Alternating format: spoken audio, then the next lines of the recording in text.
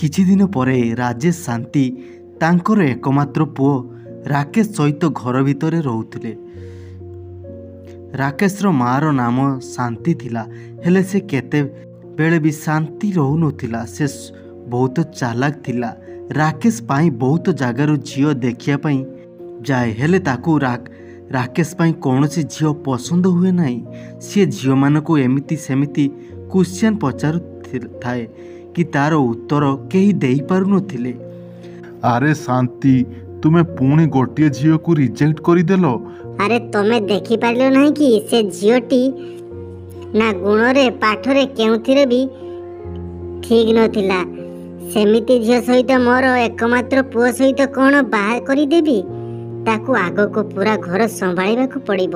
ମୁଁ ମୋ ପୁଅ ପାଇଁ ଯଦି ଯେଉଁ ଝିଅ ସହିତ ବାହା କରିବି ସେ ବୁଦ୍ଧିମାନ ହୋଇଥିବ। ରାଜେଶ ଏହା ଦୂରରେ ଠିଆ ହୋଇ ସବୁ କଥା ଶୁଣୁଥାଏ। ତାପରେ ରାକେଶ ଅଫିସ ପାଇଁ ବାହାରି ଗଲା। ଅଫିସ ପରେ ରାକେଶ ପାୟଲ ସହିତ ଦେଖା କଲା। କ'ଣ ହେଇଛି ରାକେଶ, ତମେ ଆଜି ବହୁତ ଉଦାସ ଜଣାପଡ଼ୁଛ? ଆରେ ପାୟଲ, ଆଜି ମଧ୍ୟ ମା ଆଉ ଗୋଟିଏ ଝିଅକୁ ମୋ ପାଇଁ ଦେଖିବା ପାଇଁ ଯାଇଥିଲା। ତାକୁ ମା ରିଜେକ୍ଟ କରିଦେଲା। ଆରେ ଏଇ କଥା, ଇଏ ତ ବହୁତ ଭଲ କଥା। ଯଦି ସେ ଝିଅ ସହିତ ତମର ବାହାଘର ହୋଇଯିବ ତାହେଲେ ମୁଁ କ'ଣ କରିବି? ମୋତେ ଲାଗୁନି ତମ ସହିତ ମୋର ବାହାଘର ହେବ, ପୁରା ଅସମ୍ଭବ। ଆରେ ମୋ ମା ବହୁତ ଚାଲାକ। ଆରେ ତମ ମା ଚାଲାକ ହେଲେ କ'ଣ ହେଲା? ମୁଁ ବି ତ ବୁଦ୍ଧିମାନ ଅଛି ନା। ଦେଖ ମୁଁ କ'ଣ କରୁଛି। ଆରେ ମା, ମୋର ସାଙ୍ଗ ରାହୁଲକୁ ଜାଣିଛୁ? ହଁ। କ'ଣ ହେଲା? ଆଜି ତାର ବାହାଘର। ସେ ଆମ ସମସ୍ତଙ୍କୁ ଡାକିଛି। ଆରେ ରାହୁଲ ତ ତୋଠାରୁ ବି ଛୋଟ, ତା ବାହାଘର ତା ମା କେମିତି କଲା?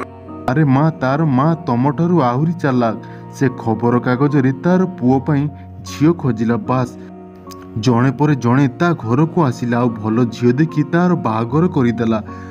ଆରେ ଠିକ କଥା ତ, ମୁଁ ବି ତୋ ପାଇଁ ସେୟା କରିବି।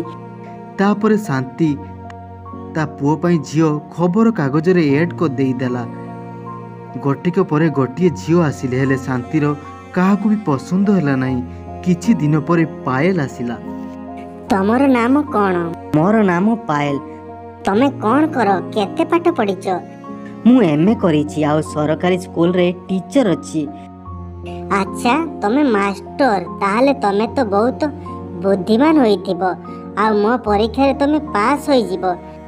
ଆଜ୍ଞା, ବୁଦ୍ଧି ତ ସମସ୍ତଙ୍କ ପାଖରେ ସମାନ ଥାଏ ଆଉ ବୟସ୍କ ଲୋକ ପାଖରେ ବୁଝିବା ଶକ୍ତି ଯେମିତି ଥାଏ, ହୁଏତ ଆମ ପାଖରେ ତାଠାରୁ କମ୍ ଥାଇପାରେ। ମୁଁ ଚେଷ୍ଟା କରିବି ନିରାଶ ନ କରିବାକୁ। ଠିକ ଅଛି, ଠିକ ଅଛି। ଚାଲ, ତମକୁ ଖାଇବା ତିଆରି କରିବା ପାଇଁ ତ ଆସୁଥିବ?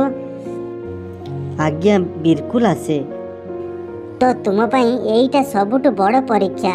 ରୋଷେଇ ଘର ଯାଇ ଭଲ ଖାଇବା ପ୍ରସ୍ତୁତ କର।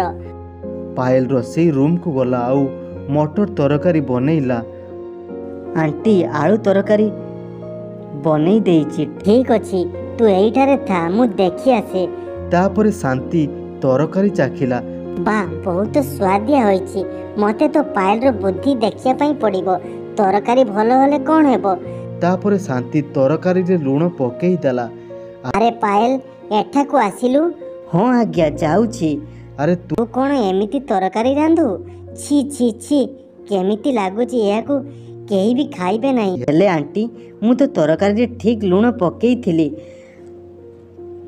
ଆଉ ଚାଖି ମଧ୍ୟ ଥିଲି, ଠିକ୍ ଥିଲା। ଆଉ କ'ଣ ମୁଁ ଲୁଣ ପକେଇ ଦେଇଛି ନା କ'ଣ? ମୁଁ ସେ ସବୁ ଜାଣେ ନାହିଁ। ଖାଇବା ଟେବୁଲରେ ତରକାରୀ 15 ମିନିଟ୍ ମଧ୍ୟରେ ଆସିଯିବା ଦରକାର, ପୁଣି ସ୍ୱାଦିଷ୍ଟ ଲାଗିବା ଦରକାର। ତାପରେ ପାୟଲ ତରକାରୀକୁ ଚାଖିଲା ଆଉ ଜାଣିପାରିଲା ଲୁଣ ପକାଯାଇଛି ଆଉ ହସିଦେଲା। ସେ ଜାଣିନେଲା ଏସବୁ ଶାନ୍ତି କରିଛି। ତାପରେ ପାୟଲ କିଛି ଅଟା ଆଣି ଛୋଟ ଛୋଟ ଗଲି କରି ତରକାରୀରେ ପକାଇ ଦେଲା ଆଉ କିଛି ସମୟ ପାଇଁ ଗ୍ୟାସଟିକୁ ଚଲାଇ ଦେଲା। କିଛି ସମୟରେ ବାହାରେ ସମସ୍ତଙ୍କ ପାଇଁ ଖାଇବା ରେଡ଼ି କରିଦେଲା। ସମସ୍ତେ ଡାଇନିଂ ଟେବୁଲରେ ଖାଇବା ଖାଇଲେ। ଶାନ୍ତି ମଧ୍ୟ ଖାଇଲା। ଲୁଣ ନ ପଡ଼ିବା ଆଗରୁ ଯେମିତି ଲାଗୁଥିଲା ସେମିତି ଲାଗିଲା ଶାନ୍ତିକୁ।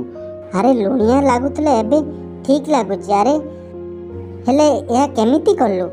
ଆରେ ଆଣ୍ଟି ମୁଁ କିଛି ଅଟା ଗୋଳି ପକେଇଦେଲି, ଅଟା ସବୁ ଲୁଣ ଖାଇଗଲା ଆଉ ତରକାରୀ ଆଗ ଭଳି ହୋଇଗଲା। ଆରେ ତୁ ତ ବହୁତ ଚାଲାକ। ହଉ ହଉ ଠିକ୍ ଅଛି, ତୁ ପ୍ରଥମ ପରୀକ୍ଷାରେ ପାସ୍ ହୋଇଗଲୁ।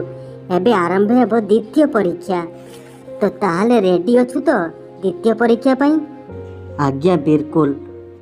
ଶୁଣ ପାୟଲ, ନେ ଏଇଟା ରାକେଶର ସାର୍ଟ। ସେ ତାର ସାଙ୍ଗ ବାହାଘରକୁ ଚାଲିଯିବ। ତୋର କାମ ହେଲା ସାର୍ଟଟିକୁ ଇସ୍ତ୍ରୀ କରିଦେବୁ। ହେଲେ ଆଣ୍ଟି ଦ୍ୱିତୀୟ ପରୀକ୍ଷା କ'ଣ ଯେ? ଆରେ ଏଇଟା ତ ଦ୍ୱିତୀୟ ପରୀକ୍ଷା। ପାୟଲ ଖୁସି ହୋଇଗଲା ଆଉ ସେ ଭାବିଲା ଏତେ ସହଜ ପରୀକ୍ଷା। ଆଉ ରାକେଶର ସାର୍ଟଟିକୁ ଇସ୍ତ୍ରୀ କରିଦେଲା। ହେଲେ ସେଥିରେ ଗୋଟିଏ ଦାଗ ଥାଏ, ହଳଦୀ ରଙ୍ଗର ଦାଗ। ଆରେ ଏଇଟା କେମିତି ସଫା ହେବ? ତାପରେ ଶାନ୍ତି ପାଖକୁ ଗଲା। ଆଣ୍ଟି ଏଇ ଦାଗଟା ତ ଛାଡ଼ୁନାହିଁ। କେମିତି ଛାଡ଼ିବ? ଆରେ ଏଇଟା ତ ପରୀକ୍ଷା। ମୁଁ ଜାଣିନି ତୁ କେମିତି ତାହାକୁ ଛଡ଼େଇବୁ।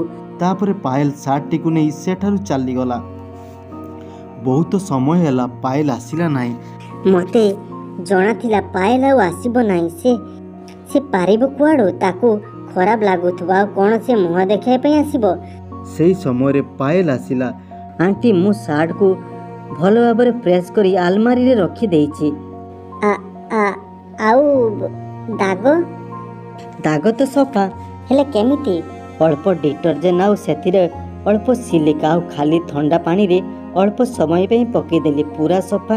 ଶୁଖିବା ପାଇଁ ଟିକେ ସମୟ ଲାଗିଲା, ସେଥିପାଇଁ ଲେଟ୍ ହେଲା। ଦିମାଗ ତ ଅଛି ଝିଅର ତୋର। କିଛି ନାହିଁ, ଏବେ ତୋର ତୃତୀୟ ପରୀକ୍ଷା। ସକାଳେ ହେବ। ସକାଳେ ହେଲା। ପାୟଲ ଆସିଲା ଆଉ ଦେଖେ ତ ଶାନ୍ତି ନାହିଁ ଘରେ। ଆରେ ଝିଅ, ଶାନ୍ତିର ଦେହ ଜମା ଭଲ ନାହିଁ। କ'ଣ ହେଲା? ସେ ତ କାଲି ତ ପୁରା ଠିକ୍ ଥିଲେ। ମୁଁ ତାଙ୍କୁ ଦେଖା କରିବା ପାଇଁ ଚାହେଁ। ହଁ ଝିଅ, ସେ ଏଇ ରୁମ୍ରେ ଅଛି। ପାୟଲ ଶାନ୍ତିକୁ ଦେଖା କରିବା ପାଇଁ ଗଲା ଆଉ ଦେଖିଲା ଶାନ୍ତି କାନ୍ଦୁଛି। ଆଉ ମୋର ପେଟ ବହୁତ ଜୋର ପେନ୍ ହେଉଛି। କିଏ ମୋତେ ସାହାଯ୍ୟ କରିବ? ମୁଁ କରିବି ସାହାଯ୍ୟ। ତୁ ତ ବହୁତ ଚାଲାକ। ହେଲେ ତୋ ପାଖରେ ଏମିତି କିଛି ବୁଦ୍ଧି ନାହିଁ ମୋର ପେଟ ଠିକ୍ କରିବା ପାଇଁ।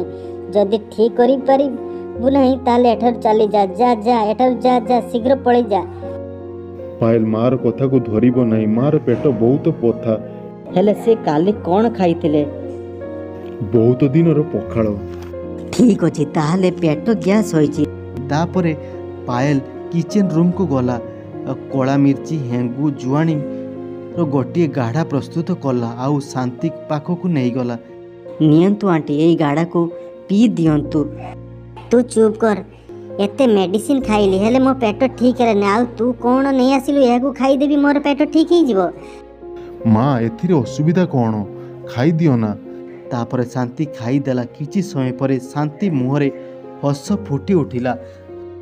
ଆରେ ସତେ ତ ମୋର ପେଟ ବଥା କିଛି ମିନିଟ୍ରେ ଗାୟବ। ବା ପାୟଲ, ତୁ ତ ବୁଦ୍ଧିମାନ ସହିତ ବହୁତ ଚାଲାକ ମଧ୍ୟ। ତୋଠାରୁ ଆଉ କେହି ଅଧିକ ଚାଲାକ ଝିଅ ମୋ ରାକେଶ ପାଇଁ ମିଳିବେ ନାହିଁ। ତାପରେ ରାକେଶ ଆଉ ପାୟଲର ଦୁଇ ଜଣଙ୍କର ବାହାଘର ହୋଇଗଲା। ହେଲେ କେହି ଜାଣିପାରିଲେ ନାହିଁ ରାକେଶ ଆଉ ପାୟଲ ଆଗରୁ ଭଲ ପାଉଥିଲେ।